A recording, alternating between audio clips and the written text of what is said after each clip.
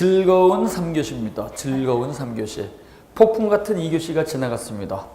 우리가 항상요, 올라갈 때가 있으면 내려갈 때도 있고, 내려가다 보면 또 올라갈 때도 있고, 이렇게 오르락 내리락 하는 거기 때문에요. 공부가 또 즐거울 때도 있고, 어떤 때는 스트레스가 날 때도 있어요. 근데 그 과정을 갖다가 넘어가시면요, 민법은 항상 그 점수를 유지하게 됩니다. 이제 올라가시는 분들이 이걸 갖다가 이제 올라갔다가 바로 내려가시면 의미가 하나도 없겠죠.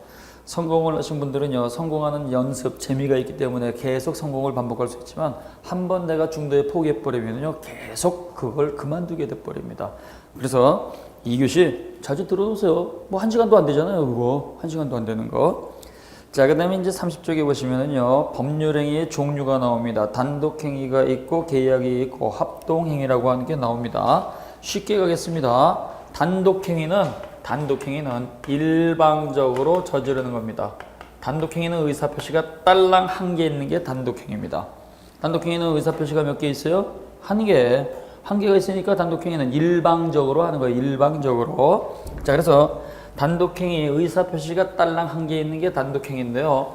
이러한 단독행위는 상대방 없는 단독행위가 있고 상대방 없는 단독행위가 있습니다.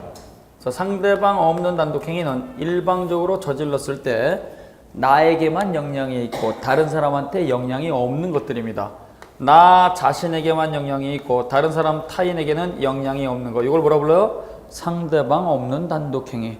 일방적으로 저질렀을 때 다른 사람한테 영향을 갖다가 끼치지 않으면 상대방이 없는 거고요. 다른 사람한테도 영향이 있다 그러면 어떻게 돼요? 상대방 있는 단독행위라고 부르는 거예요. 일방적으로 저질렀을 때 상대방이 있는 단독행위는 나에게도 영향이 있고 다른 사람 누군가에도 영향을 갖다가 끼치는 거죠. 그래서 영향이 없으면 상대방 없는 단독행위, 영향을 끼치면 상대방 있는 단독행위. 자, 그래서 상대방 없는 단독행위, 금년에도 시험 문제 나왔습니다. 이런 문제가 나오면요, 거저주는 겁니다. 10초 안에 푸는 거예요. 10초 안에. 자, 그래서 상대방 없는 단독행위는 뭐가 있느냐?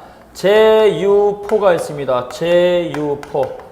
말리포도 아니고 화진포도 아니고 다대포도 아니고 어디에 있는 거예요? 제유포. 그래서 재단법인 설립행위, 그 다음에 유언, 그 다음에 소유권의 포기, 상속의 포기 같은 권리의 포기입니다. 그래서 제유포 그러는 거예요. 뒷집 아저씨가 장학금으로 내놓게 해가지고 재산을 내놨습니다. 나한테 영향 있습니까? 갑이라고 하는 사람이 자기 재산을 갖다가 장학금으로 내놓겠다고 했어요. 나한테 영향 있냐고요? 없어요. 그래서 재단법인 설립행위입니다. 재단법인 설립행위는 그 사람에게만 영향이 있고 다른 사람한테 영향이 없습니다. 그 다음에요, 부산에 사는 갑이라고 하는 분이 유언을 했습니다. 내가 사망하면 법률관계를 정리해 주세요. 유언을 합니다. 갑이 유언을 하면 나한테 효력이 있어요? 없어요. 누군가가 유언을 했다고 해가지고 나한테 아무런 영향이 없다는 얘기예요. 그 다음에 제주도에 살고 있는 을이라고 하는 사람이 자기 부동산 소유권 포기를 했습니다. 소유권 포기 나한테 영향이 있나요? 전혀 없죠. 그래서 이렇게 재단법인을 설립하는 것도 그 사람이 일방적으로 하는 것이고, 유언을 하는 것도 그 사람이 일방적으로 하는 것이고, 소유권 포기하는 것도 일방적으로 하는 거죠. 이러한 것들은 다른 사람한테 전혀 영향을 미치지 않는다. 그러면 상대방이 있는 단독행위가 뭐냐? 요거는요, 각종 형성권 행사입니다. 각종 형성권 행사로서 해제하겠습니다. 취소하겠습니다. 상기하겠습니다. 면제하겠습니다. 그럼 어떻게 돼요? 해제를 해버리게 되면 해제 당하는 사람한테도 영향을 주고, 해지를 하게 되면 해지 당하는 사람한테 영향을 주고, 취소를 하게 되면 취소권자뿐만 아니라 취소 당하는 놈한테도 영향이 있죠. 그러니까 각종 해제, 취소, 상기, 면제, 추인과 같은 형성권 행사는 다른 사람한테도 영향을 미치더라. 자, 그래서 단독행위는 일방적으로 하는 것, 의사표시 한계가 있는 것이고, 이러한 단독행위는 상대방한테 영향이 없으면 상대방 없는 단독행위, 상대방 없는 단독행위는 제유포, 그 다음에 상대방이 있는 단독행위는 일방적으로 저질렀을 때 나뿐만이 아니라 다른 사람한테도 영향을 끼치는 거니까 각종 형성권 행사로서 해제, 해지, 취소, 상계, 면제, 추인, 최고, 철회 등등등등 이렇게 정리하시면 돼요. 그 다음에 6번에 보면 계약입니다. 계약은 의사표시가 몇 개로 이루어집니까? 2개. 2개가 뭐예요? 청약과 승낙이죠. 그래서 계약이라고 하는 것은 반드시 먼저 하는 의사표시 청약하고 그것에 대해서 똑같이 승낙이라고 하는 게 일치가 돼야 돼요. 그래서 청약이라고 하는 먼저 한 의사표시하고 나중에 한 승낙이라고 하는 의사표시 이것이 일치가 됐을 때 우리는 계약이라고 부르고 이 계약은 채권편에 모두 15가지 전형 계약을 규정해놨다고 그랬죠. 그래서 매매, 교환, 증여, 임대차, 사용대차, 소비대차, 고용, 도급, 유임, 임치, 현상광고, 여행계약, 그 다음에 화해, 조합, 종신정기금 기억나십니까? 꼭 기억을 하셔야 돼요. 자, 그 다음에요 합동행위라고 하는 게 있어요. 합동행위는 두 사람 이상의 의사표시를 몰아주는 겁니다. 두 사람 이상의 의사표시를 몰아주는 걸 뭐라고 한다? 두 사람 이상이 하는 거니까 단독행위도 아니고 몰아주는 거니까 승낙이 아니죠. 따라서 요 합동행위라고 하는 것은요 사단법인 설립행위를 말하는 거예요.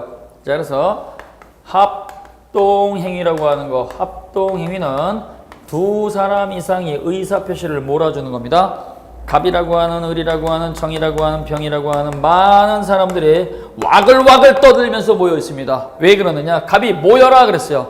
자, 모였습니다. 뭐 하려고? 우리도 단체 만들어서 활동을 좀 해보자. 단체 만들어서 활동을 해보자. 사람들이 모이면 사단법인이고 재산이 있으면 재단법인이라고 그랬죠. 사원은 사단법인에만 있다고 그랬어요. 따라서 이때 단체를 하나 만들게 되면 국가가 요구하는 요건을 갖춰야 되는데요. 그걸 정관, 규칙에다가 만드는 거예요. 우리가 모여가지고 어떠한 목적으로 할 것이냐. 민법은 무조건 그 목적이 비영리여야 됩니다. 민법상 법인은 영리를 추구하면 안 돼요. 영리를 추구하게 되면 민법의 적용을 받지 않고 상법의 적용을 받는다 그랬어요. 따라서 목적을 뭘로 할래? 우리가 비영리로 하자. 비영리로 하자. 그렇게 얘기했더니 을병정 이런 사람들이 그러자라고 하는 거죠. 그러자. 그러면 몰아주는 거예요. 의사표시를. 그 다음에 대표는 누가 할 거야? 대표는 학식이 있고 턱망이 있고 그 다음에 사람을 갖다가 잘 알아보는 병이 하자. 그러자 병. 그럼 뭐요? 이것도 몰아주기죠. 그러니까 의사표시를 갖다가 두 사람 이상이 몰아주는 것은요 일방적으로 하는 것도 아니고 청약과 승낙 주고받는 것도 아니죠. 그것과 구별하기 위해 가지고 합동행위란 이름을 따로 붙여준 거예요. 그래서 합동행위는 뭐요? 가장 대표적인 거 사단법인 설립행위를 기억하시면 돼요. 사단법인 설립행위. 자, 그 다음에요 31쪽에 보면 채권행위라고 하는 게 있고 처분행위라고 하는 게 나옵니다. 자, 그래서 채권행위하고 처분행위가 이렇게 나오는데요. 이것도 최근에 많이 나오는 부분입니다. 그래서 이 개념을 모르면 채권행위가 뭔지 처분행위가 뭔지 이걸 몰라요. 자, 채권행위라고 하는 게 있고 채권행위 이걸 원인이라고 합니다. 원인. 그 다음에요 처분행위라고 하는 게 있어요. 처분. 요 처분행위라고 하는 것은요 요거는 결과입니다. 결과. 자, 그래서 채권행위는요 쉽게 계약 체결입니다. 계약 체결. 계약서를 쓰는 거예요. 계약서를 쓰는 거. 계약서를 쓰게 되면 모든 게 끝납니까? 아니면 계약서를 썼으니까 그때로부터 이행의 문제가 발생합니까? 매매계약서를 썼어요. 매매계약서를 쓰게 되면 모든 게 다 끝납니까? 아니면 그때부터 새롭게 시작입니까? 시작이죠. 시작이니까 뭐요? 상대방이 계약대로 이행하는 이행의 문제가 발생하는 거예요. 이행의 문제. 자, 갑이라고 하는 사람하고 을이라고 하는 사람이 이렇게 요 물건을 갖다가 팔겠습니다. 사겠습니다. 이렇게 매매 계약을 체결을 했다. 여기서 제일 중요한 건요. 매매라는 말이 아니고 계약 체결이라는 단어가 제일 중요한 거예요. 계약서를 썼다는 얘기예요. 임대차 계약을 체결했다. 증여 계약을 체결했다. 저당권 담보 설정 계약을 체결을 했다. 그러면 계약을 체결을 했으니까 약속대로 이행의 문제가 발생한다는 걸 기억을 하셔야 돼요. 그러니까 이때 갑이라고 하는 매도인은요. 계약서를 썼으니까 돈 내놔라고 대금 지급을 청구할 수 있죠. 돈 달라고 청구하게 되면 이때 상대방은요. 돈을 지급하는 행위를 해줘야 되겠죠. 그러니까 상대방이 돈을 주는 행위, 의무 부담이 있어야 된다 없어야 된다? 상대방 이행의 문제가 있고 의무 부담의 문제가 발생한다는 거예요. 따라서 채권행위는 계약서 체결 원인이 있으니까 당사자 사이에서는 이행의 문제가 발생이 된다. 이행의 문제. 이행의 문제가 발생이 됐으니까 이때는 어떻게 돼요? 상대방의 의무 부담이 있어야 된다는 얘기죠. 상대방의 의무 부담이 발생을 하는 겁니다. 의무 부담. 그래서 계약서를 썼으니까 계약대로 해주세요 라고 하는 말을 할 수 있으니까 계약대로 해줘야 되고 상대방은 계약대로 이행을 해야 된다는 얘기예요. 그러면 이렇게 이제 이행을 합니다. 이행을 해가지고 돈 다 줬어요. 돈 다 줬더니 여기 등기 있어 해가지고 등기를 넘겨줍니다. 등기를 넘겨줬다는 얘기는 매도인이 갖고 있던 소유권 권리를 넘겨준 거죠. 권리를 넘겨준 거라고 우리는 권리를 처분했다는 말을 쓰는 거예요. 그래서 처분행위는요 권리를 갖다가 정리해 주는 거예요. 권리. 그래서 권리를 갖다가 이렇게 모든 걸 갖다가 마지막에 정리해 주는 거. 이걸 또 우리는 처분행위라는 말을 씁니다. 그래서 물권을 정리하면 물권행위라는 말을 쓰고 물권 말고 물권 아닌 권리를 정리하면 준물권행위라는 말을 쓰는 거예요. 자, 그래서 물권행위는 뭐예요? 물권을 갖다가 넘겨주는 거예요. 물권을. 그 다음에요. 준물권행위는 물권 이외의 기타 재산권입니다. 그래서 준물권행위는 물권 말고. 그러니까 아주 쉬운 것들입니다. 물권 우리가 8가지를 갖다 공부했잖아요. 그래서 이 물권행위는요. 물권을 갖다가 정리하는 거예요. 물권. 그러니까 민법에서 말하는 물권의 종류 8가지 기억을 하셔야 돼요. 점유권, 소유권, 지지전, 유저질, 점유권의 설정, 점유권의 양도, 점유권의 포기 전부 다 물권행위죠. 소유권의 양도, 소유권의 포기 전부 다 뭐예요? 물권행위죠. 그 다음에 저당권 설정, 그 다음에 질권 설정 전부 다 뭐예요? 물권행위가 되는 거예요. 그러니까 점유권, 소유권, 지지전, 유저질로 뭐예요? 물권행위. 8가지만 기억하면 되는데 그걸 갖다가 기억하지 않으면요 물권행위가 뭔지를 몰라요. 그래서 물권행위는 점유권, 소유권, 지상권, 지역권, 전세권, 유치권, 저당권, 질권 우리가 공부했었잖아요. 그 8가지가 나오면 물권행위라고 부르는 거예요. 근데 물권행위가 아닌 준물권행위는 뭐냐? 물권 아닌 것들이죠. 그래서 물권 아닌 것들. 그리고 뭐가 있냐? 채권의 양도, 채권의 포기. 그 다음에요 지식재산권의 양도, 지식재산권의 포기. 이걸 또 우리는 준물권행위라는 말을 쓰는 거예요. 그래서 소유권을 양도했다. 그러면 소유권 양도가 됐으니까 더 이상 줄 소유권이 없잖아요. 그래서 처분행위가 있게 되면 더 이상 이 행의 문제는 발생한다, 발생하지 않는다? 이 행의 문제가 없다. 매도인이 매수인한테 등기를 넘겨줬다. 그래서 매수인이 자기 이름으로 등기를 했다. 그럼 매수인이 소유권 취득이 됐죠? 소유권 취득이 됐는데 다시 매도인한테 가서 하나 더 해줘. 그럼 돼요, 안 돼요? 못 주잖아요. 그러니까 계속 반복해서 청구할 수 있는 게 채권행위고 물권행위라든가 준물권행위, 처분행위가 있게 되면 더 이상 해줄 게 없는 거죠. 감각이 좀 오세요? 채권행위가 뭐예요? 우리 선생님들이 지금 공부를 하시는 방법을 갖다가 너무 잃어버리신 게 있어요. 그것만 기억을 해야 되는데 그거 말고 딴 것까지 생각을 하는 거예요. 딴 거 생각하면 안 돼요. 채권행위는 뭐예요? 계약서 쓰는 거.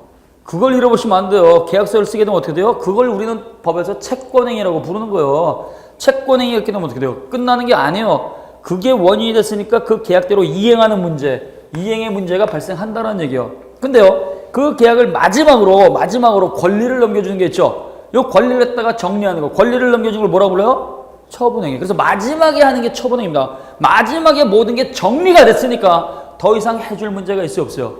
없어요. 그래서 모든 게 끝났으니까 처분행위는 이행의 문제도 없고 의무부담의 문제도 발생하지 않는다. 이게 중요한 거죠. 그래서 여기서 중요한 건요. 채권행위하고 처분행위의 뜻을 알아야 돼요. 채권행위는 계약서 쓰는 거. 그 다음에 뭐요? 처분행위는 권리를 넘겨주는 거. 이렇게 가셔야지 나중에 문제 푸는데 어려움이 없습니다. 그래서 거기 8번 채권행위는 계약서를 쓰는 것. 그 다음에 처분행위는 마지막에 권리를 정리하는 것. 이 처분행위는 물권을 정리하면 물권행위라고 말을 쓰고 준물권행위는 물권 말고 채권이라든가 지식재산권을 갖다가 양도하거나 포기하는 걸 말한다. 자, 그 다음에 12번에 보면 법률행위 일반적 성립요건 이렇게 나와 있습니다. 이것도 시험 문제 잘 나오는 겁니다. 법률행위는 뭐라고 그랬죠? 내가 원해서 하는 거. 어렵게 생각하지 마세요, 우리 선생님들.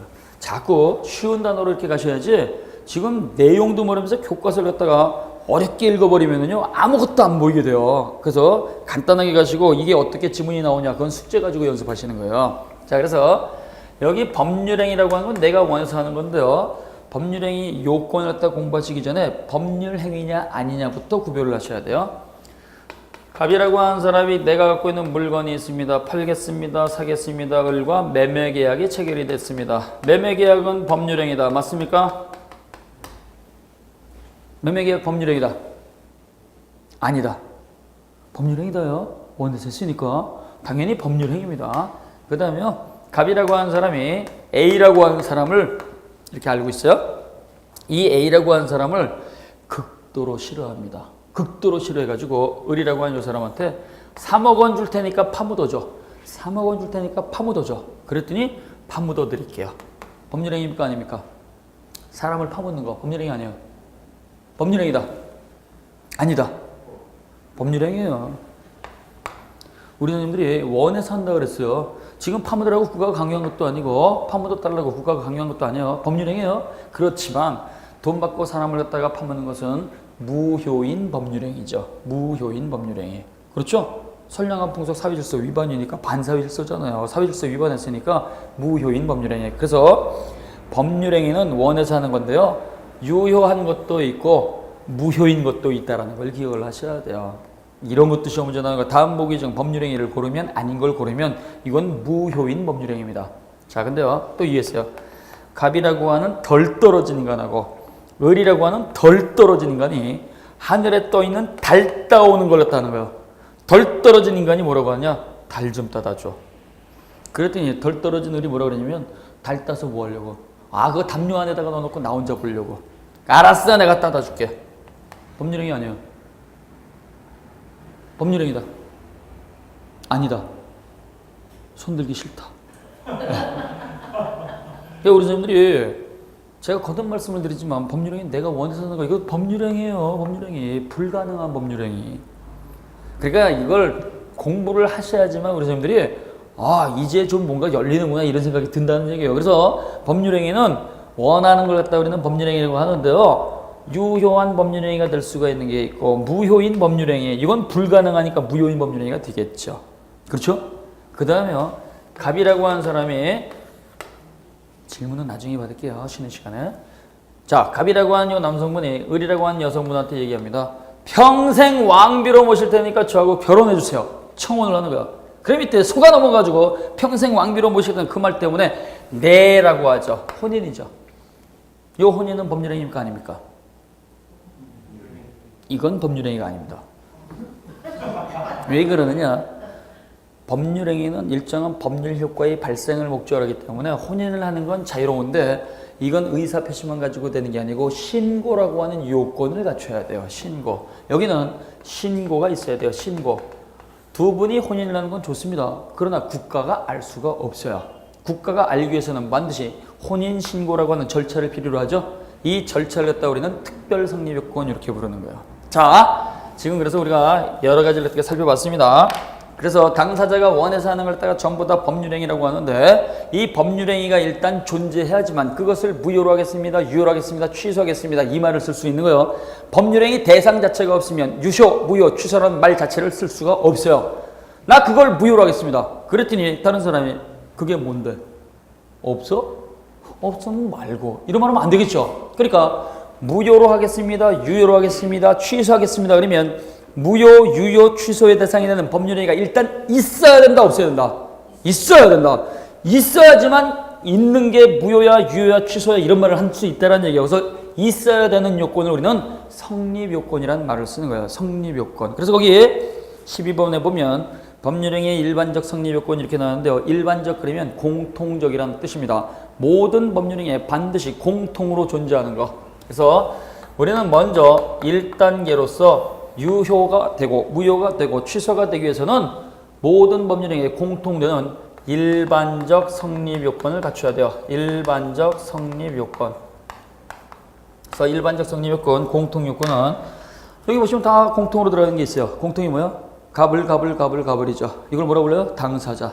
그래서 반드시 모든 법률행위에 공통적으로 갑과 을 당사자가 존재할 것. 당사자가. 그 다음에 화살표 전부 다 주고받았죠. 화살표 전부 다 주고받은 거. 이걸 갖다 우리는 의사표시라고 부르는 거야. 의사표시. 의사표시라고 볼 만한 게 있을 것. 그 다음에요. 그 의사표시에 내용이 있어야 되겠죠. 매매계약은 팔겠다 사겠다가 내용이고 살인청부계약은 돈 줄 테니까 묻어줘러 가는 게 내용이 되는 것이고 달 따오는 것은 그 다음에 돈 내준 거. 여기 내용이죠. 그 다음에 혼인하겠습니다. 이게 전부 다 내용이죠. 이 내용을 갖다 우리는 목적이라고 하는 거예요. 목적. 그래서 갑과 을 당사자가 존재할 것, 그 다음에 주고받은 내용, 목적, 권리와 의무가 있을 것, 그 다음에요 의사표시라고 볼 만한 게 있을 것. 이게 있어야 된다는 얘기예요. 그래서 당사자, 목적, 의사표시 앞 글자만 따가지고 당목의 그럽니다. 당목의. 닭의 모가지를 비틀어도 새벽은 온다. 이런 시를 혹시 들어보신 적 있습니까? 닭의 모가지를 비틀어도 새벽은 온다. 당목의입니다. 당목의. 그래서 당사자, 목적, 의사표시가 있을 것. 있어야 되는 것이지 가치를 따지지 않습니다. 그 다음에요. 각종 절차가 있어요. 각종 절차. 요 절차를 갖다가 우리는 특별 성립요건, 그러니까 특별 성립요건. 의사 표시만 가지고 되는 게 아니고 각종 절차는요. 혼인에 있어서의 신고, 입양에 있어서의 신고 같은 각종 신고. 그 다음에요. 유언에 있어서의 돌아가신 분의 방식이죠. 내가 사망하면 법률 관계를 냈다가 이렇게 해주세요라고 하는 거기 때문에 그분이 돌아가신다면 입증을 못합니다. 그러니까 유언은요. 공증을 받거나 아니면 두 사람 이상의 증인이 있거나 아니면 녹음을 하거나 아니면 자필로 작성을 해야 돼요. 그래서 유언에 있어서의 각종 방식과 같은 거. 그래서 우리가 특별 성립 요건 이렇게 나오면은요 복잡하게 생각하지 말고 법이 정하는 절차를 말하는 거예요. 절차를 갖다가 법에서는 특별 성립 요건이라는 말을 씁니다. 자, 이렇게 존재합니다. 존재하면 그 다음에 2단계로 넘어가는 거예요. 2단계. 요 2단계로 넘어가면 당사자가 있어, 목적이 있어, 의사표시가 있어. 그럼 따져보자라고 하는 거예요. 요걸 갖다가 일반적 효력 요건, 그러니까 일반적 효력 요건. 또 다른 말로 효력을 갖다가 우리는 유효라는 말을 씁니다. 일반적 효력 요건, 유효요건. 자, 당사자가 있으면 당사자를 따져보자. 당사자가 능력을 가지고 있어야 돼요. 당사자가 갑과 을이 능력이 있어야 되는데 어떠한 능력이냐? 살아있냐 그러면 권리 능력이 있는 거고, 제정신이냐 그러면 의사 능력이 있는 것이고, 혼자 할 수 있어 그러면 행위 능력이 존재하는 거죠. 요 능력이 있어야 돼요. 그래서 살아있고 제정신이고 혼자서 할 수 있어 그러면 통과. 되셨습니까? 갑과 을 그 두 사람이 무엇인가 법률 행위를 저질렀을 때 갑과 을 당사자가요 살아있어야지만 제대로 된 법률 행위라는 얘기예요. 돌아가신 분 권리 무력자는 법률 행위를 할 수가 없잖아요. 그 다음에 제정신일 때 할 수 있는 거고요. 그 다음에 제한 능력자가 아니고 혼자서 했을 때 그게 유효가 확정된다는 얘기예요. 그래서 갑과 을 당사자는 뭘 가지고 있어야 돼요? 능력. 어떤 능력? 살아있을 것, 제정신일 것, 혼자서 할 것. 그래서 권리 능력, 의사 능력, 행위 능력을 요건으로 하는 겁니다. 그러면 당사자가 갑과 을이 살아있고 제정신이고 혼자서 할 수 있으면 당사자는 통과가 된 거예요. 당사자가 통과가 되면 그 다음에 목적으로 갑니다. 여기 목적 이렇게 나오면은요 우리 사람들이 머릿속에 안 올 수가 있어요. 목적을 갖다가 당사자가 주장하는 권리와 의무 이렇게 읽으면 돼요. 권리와 의무입니다. 당사자가 매매계약을 때 체결하게 되면 돈 받는 게 목적이고 재산권을 넘겨주는 게 목적이죠. 그래서 이 권리와 의무를 갖다가 우리는 목적 그러는데요. 이 목적은 4가지 기준을 갖고 있어야 돼요. 확정 지을 수 있어야 되고, 그 다음에 처음부터 실현 가능해야 되고, 그 다음에 법이 하지마 라고 해가지고 강행 규정을 위반하지 않아서 적법해야 되고, 그 다음에 도덕적 가치를 딱 위반하지 않아서 사회적 타당성을 가지고 있어야 됩니다. 사회적 타당성. 요 4가지를 다 가지고 있어야 돼요. 요 4가지 가운데 하나로 빠지게 되면 이때는 절대적 무효가 돼버립니다. 자, 그래서 당사자가 주고받은 의사표시의 내용 권리와 의무는요 적어도 이행하기 전까지는 확정 지을 수 있는 기준이 있어야 돼요. 우리는 바쁜 시대를 살고 있습니까? 아주 편안한 시대, 늦은 시대를 살고 있습니까? 아주 바쁜 시대를 살고 있습니다. 그래서 계약을 했다가 체결을 했을 때 처음부터 계약서에다가 모든 내용을 했다가 일일이 확정지으면 가장 좋겠지만 바쁘니까 세부적인 건 나중에 정하자 이렇게 할 수 있겠죠. 그래서 계약을 했다 체결을 하고 법률에 했다 저질렀을 때 처음부터 모든 걸 확정지을 필요는 없고 이행할 때까지 마지막에 정리할 때까지 확정지을 수 있는 기준만 있으면 된다. 그래서 매매계약을 체결을 했을 때 매매대금은 처음부터 확정지을 필요가 없고 매매계약 체결을 했을 때 그 매매 대상이 되는 목적 물건은 처음부터 존재할 필요가 없습니다. 분양, 아파트 분양을 했다가 받게 되면은요, 아파트 지금 존재하는 거예요? 앞으로 존재할 거예요? 존재할 거. 분양계약 체결할 수 있죠? 그러니까 우리가 법률행위를 했다가 저질렀을 때는요, 모든 걸 처음부터 확정 지으면 가장 좋겠지만 바쁘다 보니까 이행하기 전까지 확정 지을 수 있는 기준만 있으면 충분하다. 그러나 이행할 때까지 그때까지도 확정 지을 수 있는 기준이 없다 그러면 그 법률행위는 무효가 되는 거예요. 무효. 막연하게 물건을 갖다가 넘겨주세요 그러면 어떤 물건이 확정 지을 수 있는 기준이 없잖아요. 그런 법률행위는 무효인 법률행위가 된다는 얘기예요. 막연하게 아무 물건이나 넘겨주세요. 이거 아니란 얘기예요. 그래서 확정 지을 수 있는 기준이 있어야 된다. 그 다음에 실현 가능해야 돼요. 실현 가능해야 된다. 따라서 처음부터 실현 불가능한 것을 갖다가 목적으로 하면 그건 무효인 법률행위죠. 달 따오는 거 처음부터 불가능한 거죠. 처음부터 불가능한 걸 갖다 우리는 원시적 불능이라는 말을 씁니다. 그래서 원시적 불능은 무효예요. 무효. 그 법률행위 계약서 쓰기 전에 처음부터 불가능한 거니까 실현 가능할 수가 없잖아요. 그래서 이 가능이라고 하는 것은요. 계약서를 썼을 때 실현 가능해야 된다. 할 수 있어야 돼요. 그럼 가능하냐 불가능하냐 판단을 해야 되는데요. 가능과 불가능은요. 논리적, 체계적, 과학적 이런 기준 쓰는 게 아니고 전문가의 기준을 쓰는 게 아니고 사회 일반인들의 공통 생각을 씁니다. 그래서 한강에 빠져있는 그 반지를 갖다가 찾는다. 배를 타고 가다가 어머니 유품 반지를 떨어뜨렸습니다. 논리적으로는 찾을 수 있겠죠. 한강 물을 갖다 여기서부터 여기까지 막아버리고 물을 갖다 전부 다 뿜어낸 다음에 서울 시민을 다 동원을 해가지고 반지를 이잡듯이 뒤지겠다. 말로는 가능하지만 현실적으로 실현이 가능해요, 불가능해요? 불가능하겠죠. 그래서 이런 할 수 있느냐 하지 못하냐 가능과 불가능의 문제는요. 사회 구성원들의 일반적 생각, 사회 구성원들의 공통된 생각, 이걸 또 우리는 통념이라는 말을 씁니다. 통념은 공통된 생각을 말하는 거예요. 그 다음에요. 법이 하지마! 그럼 뭐요? 안 해야 되겠죠. 강행 규정을 갖다가 위반하지 않아야 된다. 즉 법을 지켜야 된다는 얘기야. 법을. 그 다음에요. 사회적 타당성. 사회적 타당성은요. 도덕적 가치를 위반해서는 안 된다는 뜻입니다. 자, 첩계약을 금지한다라는 조문은 없습니다. 첩계약을 금지한다는 조문이 없어요. 그러니까 이상한 놈들이 나타납니다. 첩계약을 갖다가 금지하는 법 규정이 없으니까 나는 전국 팔도에다가 아내를 갖다가 16명을 만들어 놓을 거야. 미친놈이죠. 그렇지 않습니까? 별로 호응이 없으시네. 그랬으면 좋겠네 이렇게 생각하시는 것 같은데 그러면 안 되는 거예요. 자, 근데 이렇게 만약에 만들어놨을 때 주변 사람들이 얘기합니다. 그거 미친 짓이야. 그거 하면 안 돼. 그랬더니 이 미친놈이 뭐라고 하느냐. 뻔뻔스럽게 욕하라 그래. 욕하라 그래. 나는 욕 먹어도 돼. 그렇지만 나는 법을 위반한 건 아니야. 이러면 이런 놈들 그냥 놔두면 안 되겠죠. 법에는 금지 규정이 없다고 하더라도 사회 구성원들이 100% 지켜야 되는 건 다 같이 지켜줘야 된다. 지켜줘야 된다? 지켜줘야 된다.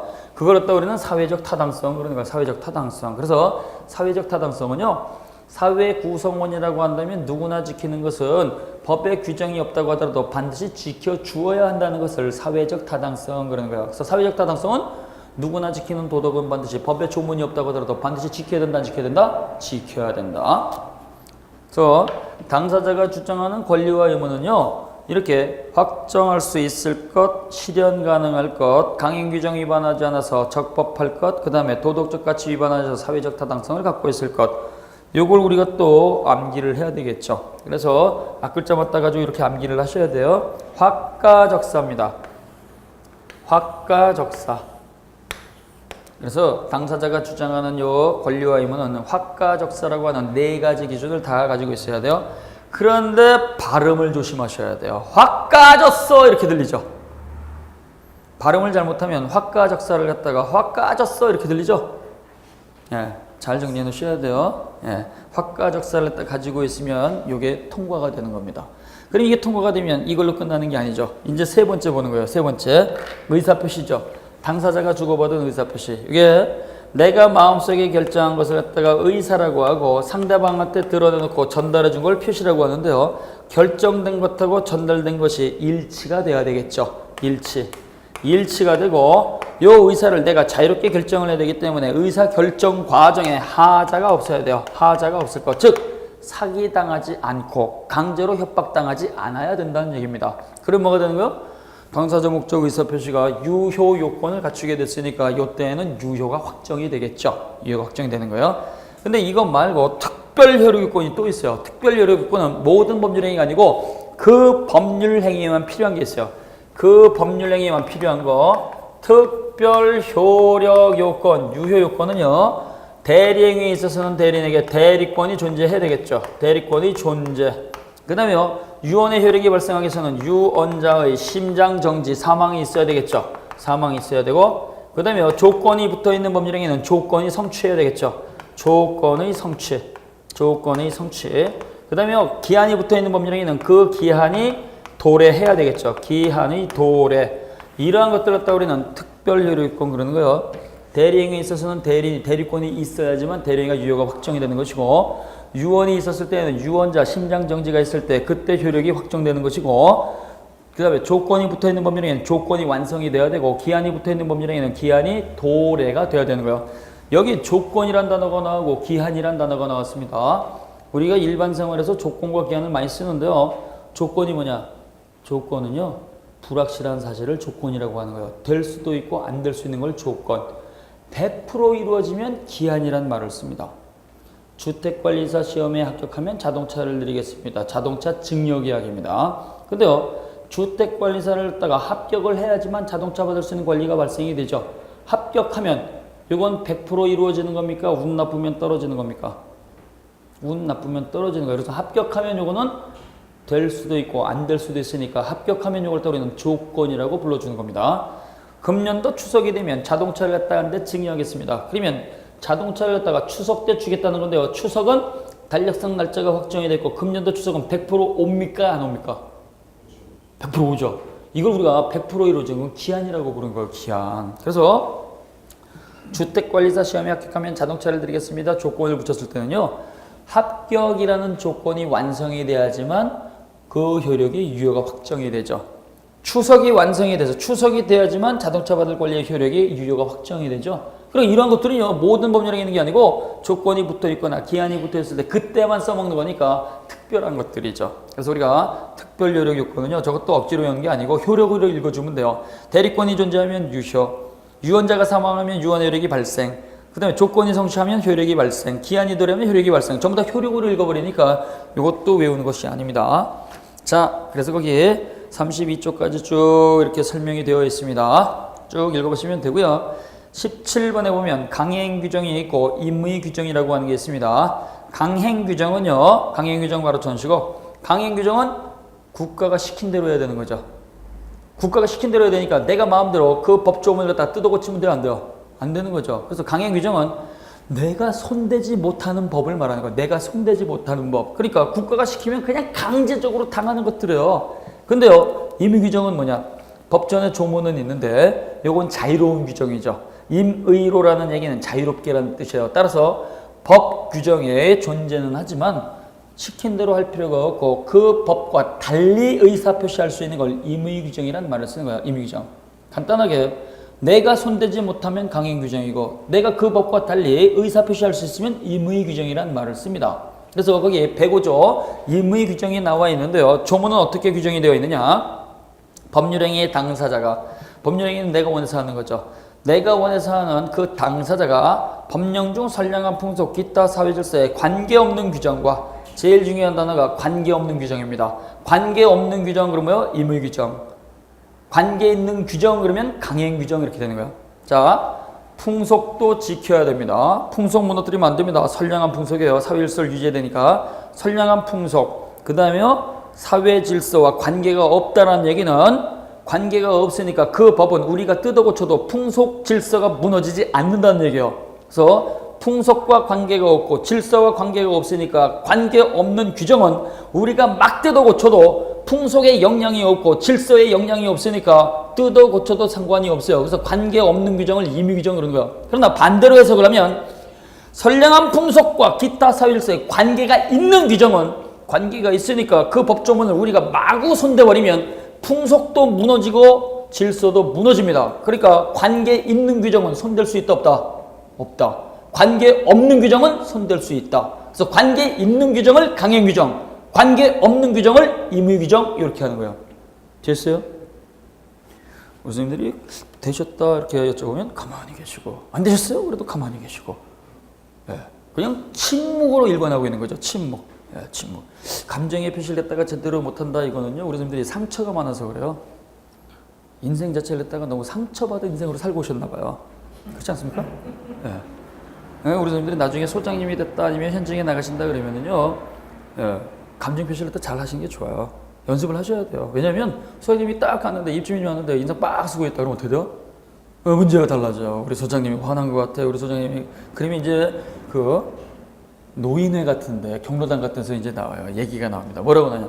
아파트에서 제일 무서운 조직이 경로당입니다.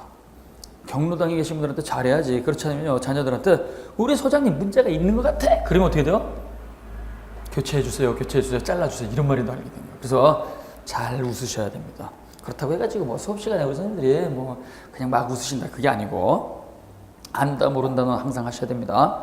자, 그러면 여기 33쪽에 보시면은요, 제가 설명드렸어요. 그래서 이 강행 규정하고 임의 규정 두 가지가 있는데, 첫째 줄 보면, 법령 중 선량한 풍속, 기타 사회질서에 관계없는 규정이 임의 규정이고, 그래서 관계없는 규정이 임의 규정 가르쳐 놓으시고요, 관계가 있는 규정이 강행 규정이다. 따라서 강행 규정은요, 선량한 풍속 사회질서가 관련이 있고 관계가 있으니까 우리가 손대면 풍속 질서가 무너지니까 손대지 못한다. 사적 자치가 용되지 않는다. 반대 특약을 못 붙인다. 그러나 임의규정은 뭐요? 뜯어 고쳐도 풍속 질서가 무너지지 않으니까 우리가 마음대로 손볼 수가 있다. 그러면 이러한 강행 규정은 어떤 게 있느냐?